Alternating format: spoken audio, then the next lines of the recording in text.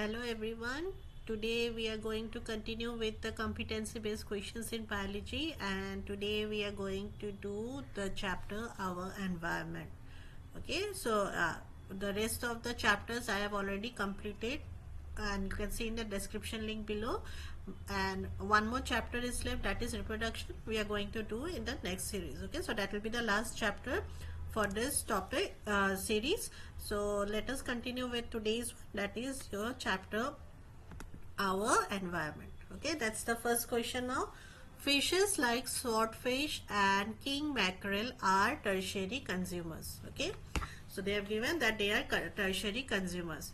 Fishes like tilapia and salmon are secondary consumers. The habitat of these fishes are usually contaminated with heavy metals like mercury. Scientists suggest consuming these fishes according to the table given below. Okay, so the best to avoid.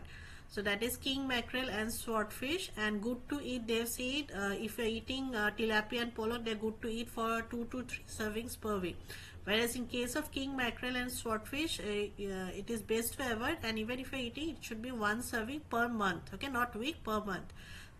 What phenomenon is likely to have led the scientists to give such an advisory to the people who consume fish? Okay, so here you see the keyword what is being given. So here they have given that it is contaminated with heavy metals like mercury.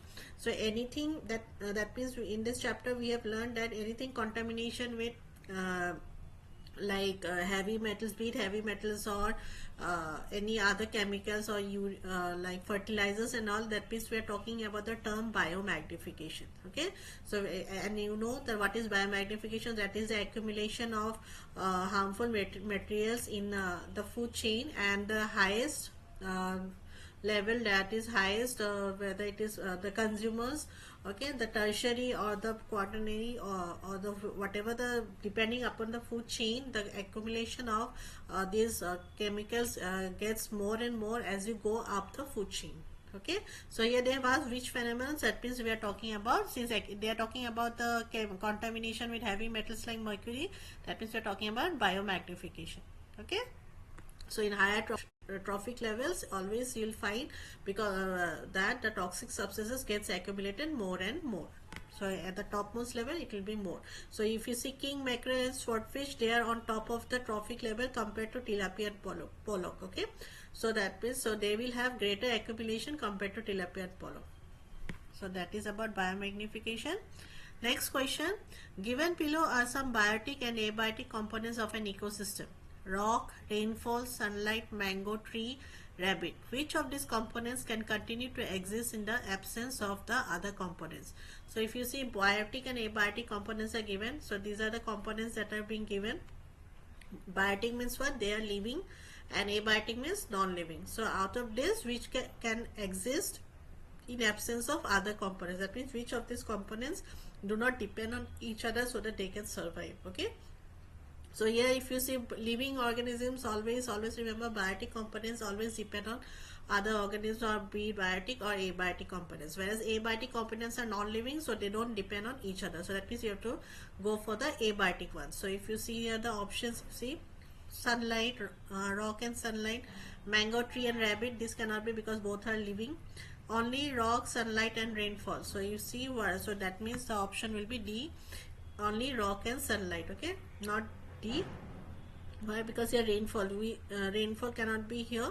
It can be only rock and sunlight. Okay, so this rainfall also depends on other factors, but rock and sunlight, sunlight is the source.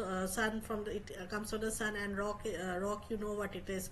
So these two are not dependent on each other. So the rock and sunlight will be the correct answer. Okay. Now here's a trophic level of an ecosystem is given: producer, primary consumer, secondary consumer, and tertiary consumer. In which of the levels can an omnivore be present? Okay, so you should know what is omnivore. So omnivores are those which eat on both plants and as well as animals. That means they feed on plants also, they feed on meat also, right? So you have to say in which level they can be present. Will it be only secondary consumer, secondary and tertiary consumer, primary and secondary consumers? Option D, only primary, secondary and tertiary consumers. Now they are not producers, right? They depend also out of the consumers only. You have to find it out. Now omnivores, they depend on food, plants as well as animals, as I've said. So that means it can be primary also, secondary also, tertiary also. So option D should be the correct answer. Okay, so it can be primary, secondary and tertiary consumers. Next one, if the total energy of the trophic level of producers in an ecosystem is E, then which of the following corresponds to the energy available to the tertiary consumers? Okay, so here the four options are given: E by 10, 10 into E, E by 1000, 1000 into E. So it is, that means we are talking about the 10% law. Okay, so 10% law we have to say. Now the producers are named as E. So that means how much, and you have to go to till the tertiary. Okay, so tertiary means 3 times from producers. So producers, then primary consumer, secondary and tertiary consumer. Okay, so here producers is given as E. So apply the 10% law. So for each, still here you have to find out. So that means here 10%, 10%, 10%, right? So how many will you, so 10% of the producer, for that means 10, 10, 10, 1000% of E, right? Producer is E, so 10%, 10%, 10%, so 3 are there. So multiply it, so 10, 10, 10, so that is 1000% of E. That means 1000 divided, sorry, this one, it will be like this. So 10% of E, right? So 10 into 10 into 10, here 100%, right? So each level will have 100 and multiply by E. Okay, so here 3 goes. So remaining will be what? E by 1000. Okay, so this will be the correct option. 10%, 10%, that means 10% into 10%, 10% of E into 10% into 10%. Okay, so that means for each, so 10, 10, 10 is 1000 into E. Percentage, for each percentage you have to divide by 100, right? So 100 into 100 into 100. Okay, so here 1, 2, 3, 1, 2, 3. So remaining will be E by 1, 2, 3, 1000.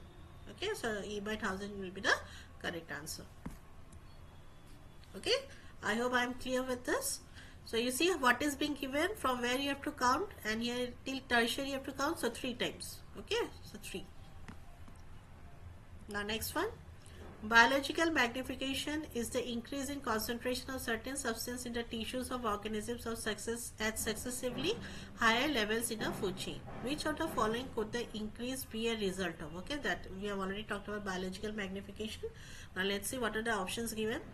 P, inability of environmental processes to break down the substance. Q, high rate of excretion of the substance by the organism. And R, low rate of internal degradation of the substance by organisms. Now why does biological magnification occur? So that is the question being asked. So the 3 reasons are given. Now you check which one is the correct one.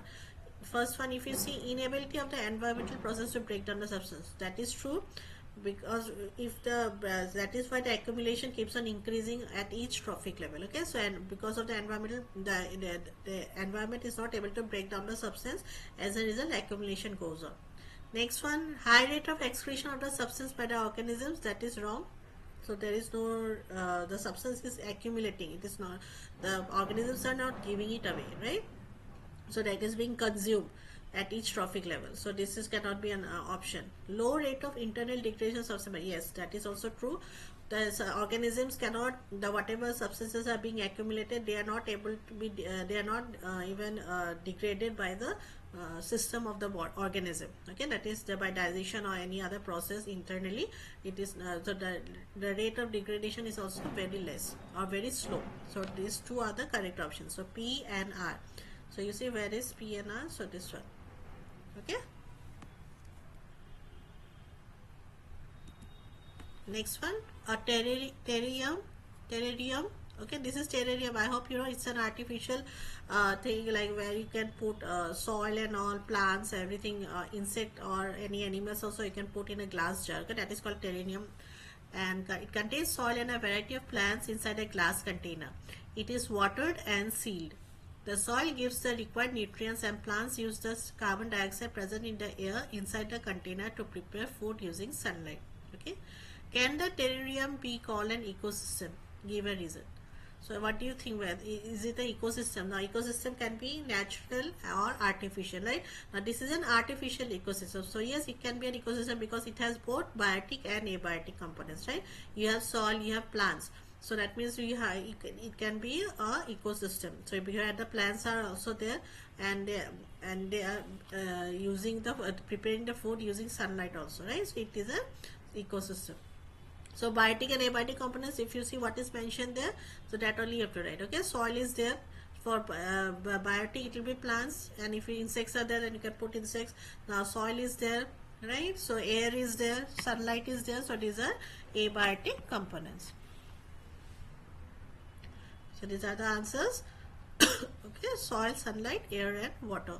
For the biotic components, plants, and if any other organisms, as I've said, is present in the soil, so that will come under biotic components. Now next question, in the food chain given below, which position would a vulture occupy? Justify your answer. So this is the food chain given: plant, rabbit, wildcat, lion. So where will you put the vulture in this food chain? So if first you have to know what is so what are vultures. So vultures are nothing but scavengers, right, who eat on dead organisms. So if it has to feed on dead organisms, it cannot be here. These are all living, so it has to be here. Okay, vulture will come at the after line, so it has to be at the last. So that's the answer. Okay, it occupy a position after a line. Vultures are scavengers that feed on remains of dead organisms. So that's the reason you'll have to justify. Another food chain is given. Is such a food chain likely to exist in nature? Justify your answer. Okay. Now you see a corn, grasshopper, frog, cat, fox, wolf, bear.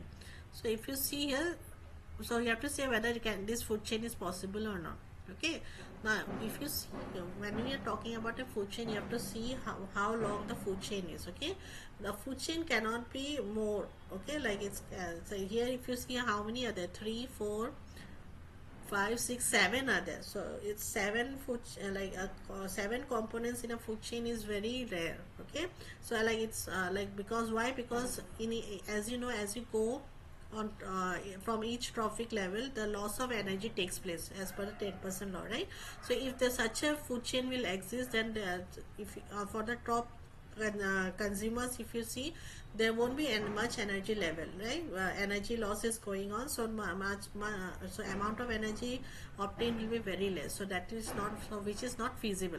So this food chain cannot exist in nature. Okay. So as you see, it has too many trophic levels. So due to the loss of energy at each level, there won't be enough energy available at the higher trophic levels. Okay, so that cannot exist. Next one, state what is required for 2 or more food chains to form a food web. So you know what is food chain and what is food web, right? So if it is one chain, then it's a food chain. So if there are many, that means they are food web. Now what is there? So you have to say what is required for 2 or more food chain to form a food web. So in order to have a food web, there should be a common component, right? So from one food chain, one component has one trophic level animal has to be there in the other, which is common to the other food chain. Okay, so that's the answer for this. So you'll write they must have an organism that is eaten by 2 or more other kinds of organisms. Okay. For example, suppose one is there, like plants is there. Okay. Then grasshopper. Okay, then let's say frog, snake, okay, and hawk. Okay, so in order to form a food web, okay, suppose another food chain, if I create, say plants. Okay, so plants, again if I say let's say a goat. Okay, goat is taken by a tiger. Okay, another 2 or more, right? So again plants, same goat, and if goat can be eaten by a lion also, right? So here what is common here? Goat, even the plants is common here, right? So grasshopper is the plants, so that is also common. So otherwise frog, again frog is eaten by someone else. So there should be a common one between the two or more food chains that is being eaten. Okay, so that is what it says. They must have an organism that is eaten by two or more other kinds of organisms. So that is the requirement to form a food web. Okay, next one is about ozone. The ozone layer absorbs harmful ultraviolet rays. Chlorine released by certain substances such as chlorofluorocarbons and hydrochlorofluorocarbons contribute to ozone depletion. So it is talking about ozone depletion. So you know ozone depletion occurs mostly because of the CFCs, that is chlorofluorocarbons, right? Large volcanic eruptions produce large amount of tiny particles called aerosols, which increase chlorine's effectiveness in destroying ozone. So it is saying that the volcanic eruptions that occur, it also releases the aerosols, okay, which helps the chlorine's effectiveness in destroying ozone. So as you know, chlorofluorocarbon contains chlorine. Hydrochlorofluorocarbon also contains chlorine. So this chlorine results in a destruction of the ozone layer. So what is happening is the volcanic eruptions also releases aerosols, which helps the chlorine particles that is already present there in the form of CFCs and HCFCs, so which increases the effectiveness in destroying the ozone layer. Okay, state one possible reason why erupting volcanoes, though increasing chlorine effectiveness and destroying ozone, do not pose a serious threat to the ozone layer. Although CFCs and HCFCs are already destroying the ozone layer, and volcanic eruptions also lead to the destruction, but it is still not a serious threat. The volcanic eruptions is still not a serious threat, although it is destroying the ozone layer. Now what is the reason behind it? That is the question. That is because volcanic eruptions are very rare, right? It does not happen daily, right? So sometimes it happens. So that's why it is not a serious threat. So that is the answer. Okay, so they do not occur frequently. Okay, so that's it for today. So we have completed the competency based questions on the chapter our environment, and remaining is one more chapter, that is your reproduction chapter, which I'll be uploading soon. Okay, so have a good day, enjoy reading, and I'll be back soon.